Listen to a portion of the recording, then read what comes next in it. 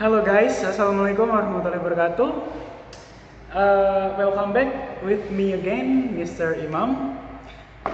Pada hari ini kita akan membahas materi yang berjudul Part of Speech. Dalam materi kali ini, Part of Speech atau dalam bahasa Indonesia disebut kelas-kelas kata adalah sekumpulan kata-kata yang bisa kita gunakan dalam merangkai kata dalam bahasa Inggris atau merangkai kalimat dalam bahasa Inggris. Nah, part of speech ini adalah menjadi basic dalam kita belajar bahasa Inggris, teman-teman. Nah, sebelum kita masuk ke part of speech, kita harus tahu dulu part of speech itu apa lebih lengkapnya. Nah, untuk part of speech tadi yang seperti yang saya jelaskan adalah kelas-kelas kata seperti itu. Nah, untuk di part of speech sendiri itu ada 8 kelas kata yang ada. 8 kelas kata itu disingkat dengan singkatan panca VIP atau orang-orang di kamu Inggris sering menyingkatnya dengan panca VIP. Panca VIP ini adalah singkatan dari P pronoun, A adjective, N noun, C conjunction, A adverb, V verb, I interjection, dan terakhir itu ada P atau preposition. Nah, untuk lebih lengkapnya kita bakal pelajarin panca VIP atau part of speech dalam video kali ini. Yang pertama, kita akan mempelajari satu anggota dari part of speech, yaitu adalah pronoun. Dalam bahasa Indonesia, pronoun itu disebut dengan kata ganti. Dan pronoun di sini diartikan juga sebagai kata ganti yang menggantikan benda. Jadi, biar bendanya tersebut tidak disebut secara terus-menerus, nah kita memerlukan yang namanya kata ganti, teman-teman. Untuk kata ganti di sini dalam bahasa Inggris, di sini sudah saya tulis contohnya ada she, her, I, me, we, dan they. Nah, untuk she ini, dia adalah anggota kata ganti dari subjek. Jadi she ini selalu berada di awal kalimat, teman-teman, atau pelaku utama. Sedangkan her itu adalah anggota dari objek. She ini subjek, her itu objek. Sama halnya seperti I di sini adalah subjek dan me itu adalah objek. Lalu di sini ada contohnya ada we dan they. We di sini artinya kita dan they itu artinya mereka. We di sini itu sebagai subjek. Kalau dia dirubah ke objek, dia menjadi us, teman-teman. Dia akan menjadi us. Sedangkan they, jikalau kita ingin merubah ke objek, dia akan menjadi them. Nah, itu tadi beberapa contoh anggota dari kata ganti atau dalam bahasa Inggris disebut pronoun. Lanjut, yang kedua, tadi kan kita sudah membahas tentang pronoun. Nah, setelah pronoun itu ada huruf A dalam panca VIP. Yaitu apa? Teman-teman bisa lihat di sini, A itu singkatan dari adjektif. Adjektif sendiri dalam bahasa Indonesia disebut kata sifat, teman-teman. Kata sifat ini digunakan untuk mensifati si benda itu sendiri. Benda itu seperti apa, kondisinya bagaimana, bentuknya seperti apa. Nah, disinilah kata sifat itu bekerja kayak gitu. Untuk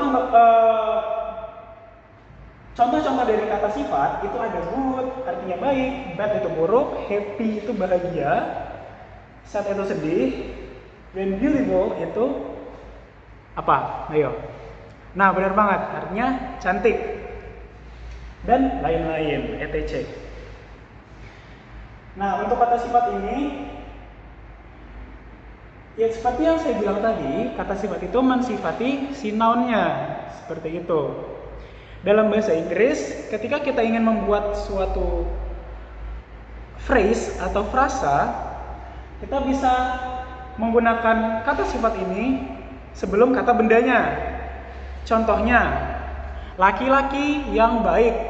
Dalam bahasa Inggris disebut good boy.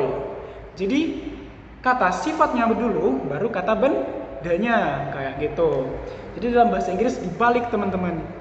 Seperti kalau di bahasa Indonesia kan laki-laki yang baik, di dalam bahasa Inggris kita balik, baiknya di depan dan orang laki-lakinya itu di belakang. Jadi good boy. Cuma artinya dalam bahasa Indonesia sama aja, laki-laki yang baik. Nah, selanjutnya itu ada noun. Noun. Oke. Noun di sini itu artinya kata benda. Ya, contohnya seperti yang sehari-hari kita lihat dengan mata kepala kita sendiri. Contohnya ada yang saya pegang sekarang, ada spidol. Yang saya sentuh sekarang ini papan tulis. Yang sedang merekam saya ini adalah handphone dan lain-lain seperti itu. Di sini kata benda itu sudah saya tulis beberapa kata benda yang ada di sini. Contohnya house, book, marker, pare, America, human, dan lain-lain. Untuk kata benda sendiri itu dibagi menjadi dua. Ada kata benda yang bisa dilihat dan kata benda yang tidak bisa dilihat. Contoh kata benda yang tidak bisa dilihat apa?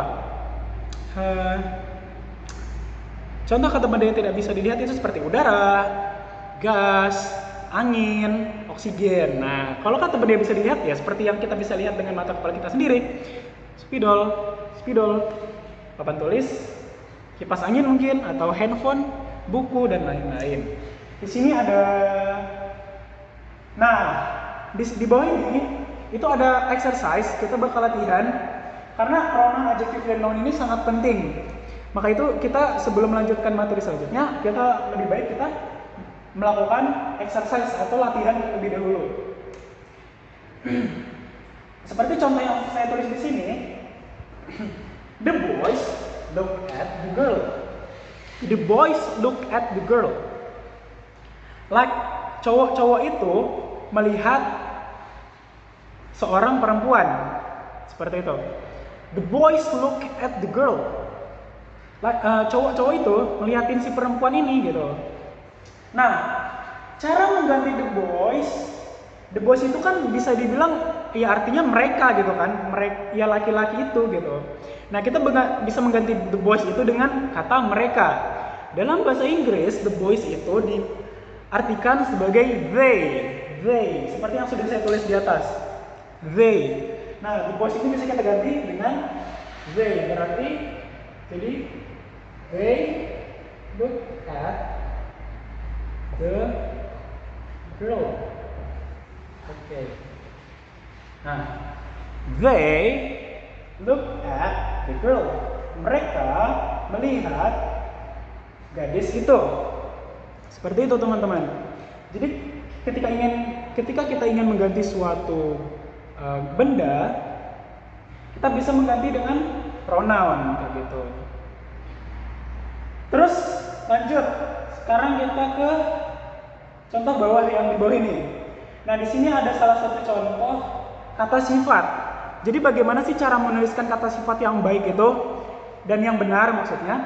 Nah, di sini ada dua contoh. Yang pertama itu ada happy family. Happy family atau dalam bahasa Indonesia disebut dengan keluarga yang bahagia. Nah, di sini di happy family ini kata sifatnya itu berada di awal kata, berada di awal, sedangkan family-nya berada di setelahnya. Kayak gitu. Ini adalah susunan yang benar, teman-teman. Di mana adjektif itu selalu terletak sebelum benda. Nah, yang kedua itu ada contoh lain, yaitu adalah beautiful view. Beautiful view. Nah, di beautiful view ini dalam bahasa Indonesia apa coba artinya? View itu pemandangan. Beautiful itu betul banget, cantik.